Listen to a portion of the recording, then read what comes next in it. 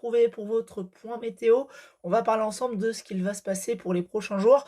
On va faire un point complet puisque le temps va se dégrader. Il a déjà été dégradé ces derniers jours, ces dernières heures également pour certaines régions du pays.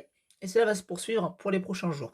Nous sommes actuellement sous l'influence d'un flux océanique, donc avec un défilé de perturbations sur la moitié nord.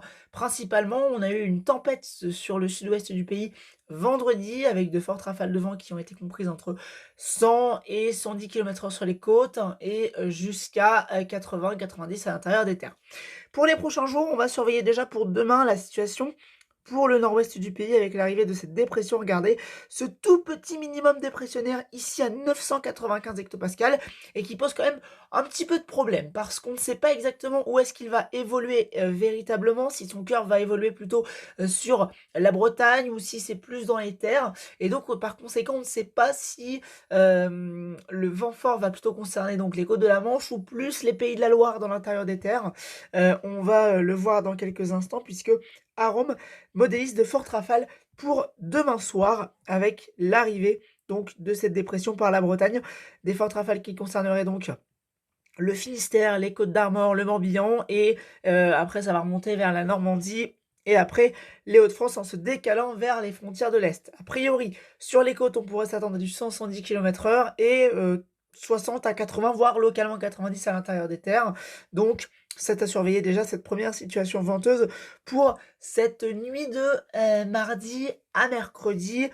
Précisément, donc effectivement, on y reviendra également dans peut-être un bulletin plus précis demain dans la journée en fonction de l'évolution des prévisions. Donc ça, c'est pour demain, mais vous allez voir que, eh bien, ça va se poursuivre par la suite avec une autre perturbation qui va arriver pour la journée de jeudi qui va apporter pluie et vent au programme, 70-80 sur les côtes, sans doute 50 à 60, voire 70 dans les terres, donc ça va souffler effectivement. Et ce que l'on va surveiller surtout, c'est pour le week-end avec un jet stream qui sera quand même assez actif, hein. On sera sur un jet stream de l'ordre de 200-250 km/h, voire peut-être un peu plus, donc un jet stream quand même fort.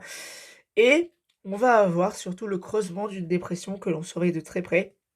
Donc pour a priori la soirée de vendredi qui va se creuser sur l'Atlantique et qui va véritablement former une bombe météo. Regardez, pour la nuit de samedi à dimanche, la journée de dimanche. Alors on en est encore loin, c'est dans une semaine, mais on surveille ça de très près puisque ça fait plusieurs fois que GFS voit ce scénario et ce n'est pas le seul à le voir, on va le voir dans quelques instants. Regardez, il modélise cette dépression à 965 hectopascales, c'est quand même une bombe météo, hein, il faut le signaler, avec des rafales attendues, on le verra très fort. Donc voilà, par la suite, donc cette dépression qui va concerner dimanche après-midi, a priori, les régions du nord-ouest du pays. Le bassin parisien ne sera pas exclu a priori. Alors attention, parce que pour l'instant, c'est une tendance, hein. La prévision exacte, bien sûr, on y reviendra dans les prochains jours. Il y aura sans doute un point de fait précisément sur cette situation-là lorsque les prévisions seront confirmées, puisqu'effectivement, on pourrait parler de tempête. Donc ça, ce sera à surveiller. Et donc par la suite, eh bien, on aura peut-être encore une autre dépression en début de semaine, lundi, avec un nouveau creusement dépressionnaire, donc à 985 hectopascales sur les Pays de la Loire, et peut-être mardi, un autre coup de vent sur, cette fois-ci, plutôt la façade atlantique. Donc effectivement, hein, vous voyez, un temps très perturbé.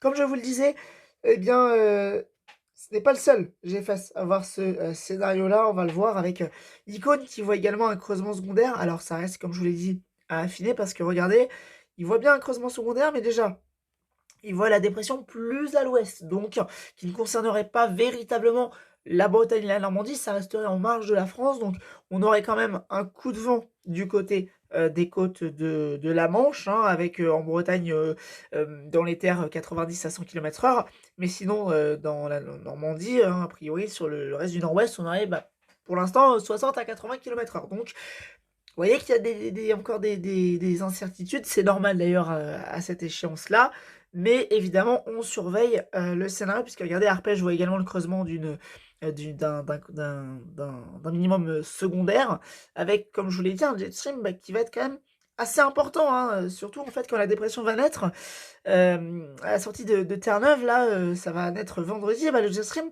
il est modélisé à 250 km/h quand ça va se former, donc ça va jouer évidemment dans la formation de cette fameuse bombe météo. Alors on verra si on pourra qualifier ça de bombe, bien sûr, en fonction de l'évolution des prévisions, mais retenez bien qu'effectivement, il y a un potentiel tempétueux pour ce week-end qui n'est, pas négligeable, évidemment.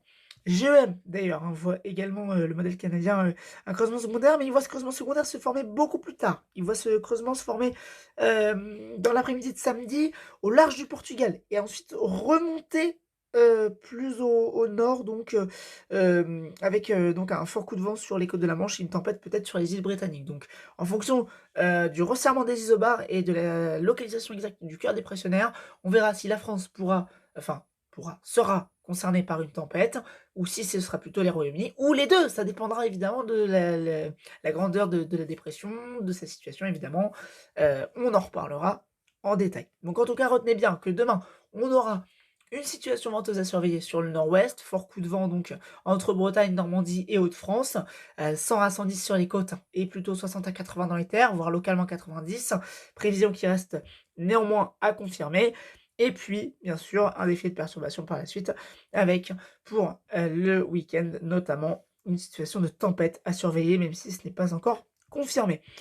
Les modèles sont en train de s'actualiser, hein, notamment UCMO, qui ne voit rien pour demain. Vous voyez, regardez, il voyait un petit quelque chose, et c'est là que justement l'incertitude est réside pour demain, c'est que, on ne sait pas véritablement ce qui va se passer. Regardez, ICMO, il voit plutôt, des rafales de 50 km/h pour demain. À Rome, on voit, à certains endroits le double. Donc vous voyez que l'incertitude réside, on ne sait pas exactement ce qui va se passer. On refera un point bien évidemment si, ça bouge bien sûr, dans, les prochaines heures. Regardez les côtes de la Manche là, elles sont pas touchées par ce fameux, minimum dépressionnaire qui est vraiment très, très instable, hein, difficile à prévoir. Les modèles bougent beaucoup. Ce midi encore, on n'avait pas forcément cette prévision-là sur le nord-ouest, donc on surveille ça, on surveille ça. Mais en tout cas, la pluie va faire son retour, hein, aussi, c'est ce qu'il faut retenir. Regardez l'accumulation de précipitations là déjà pour, la prochaine semaine avec, des cumuls d'ici mardi prochain qui pourraient atteindre, 100 millimètres sur les Charentes. Beaucoup de pluie également, dans l'est de la France. La Méditerranée a priori plus à l'écart, en tout cas du côté du bassin méditerranéen. Et puis regardez, hein, les côtes de la Manche aussi vont être bien arrosées, hein, notamment la Bretagne, hein, avec l'arrivée de ces dépressions-là, bien pluvieuses. Ça va faire du bien au sol aussi, qui en a besoin, hein, bien sûr, parce que je vous rappelle qu'on a eu encore un été très sec, des canicules, et cetera, mais surtout la moitié sud, hein, qui, en souffre de tout ça, donc c'est une bonne nouvelle. Le retour de la pluie, évidemment, un temps agité, ça c'est certain. Et puis après, que va-t-il se passer, me direz-vous? Eh bah, regardez ce qui pourrait se passer, hein, alors on en est encore très, très loin. On pourrait avoir le retour, de conditions anticycloniques pour la moitié sud, tandis qu'on resterait sous l'influence d'un flux océanique sur la moitié nord, hein, avec un défilé de perturbations. Regardez d'ailleurs le jet stream qui pourrait être, très, très fort. Alors ça reste à confirmer puisque là, regardez, on a des pentes à plus de 400 km/h au niveau du jet stream. C'est encore très loin, c'est à 10 jours. On aura le temps d'y revenir, mais c'est pas impossible que la moitié nord reste sous l'influence de ce flux océanique pour début novembre avec un nouveau défilé de perturbations après une courte accalmie. Mais ça, on aura l'occasion d'en reparler. Je vous souhaite de passer une excellente soirée et on se dit à très vite pour un prochain point météo.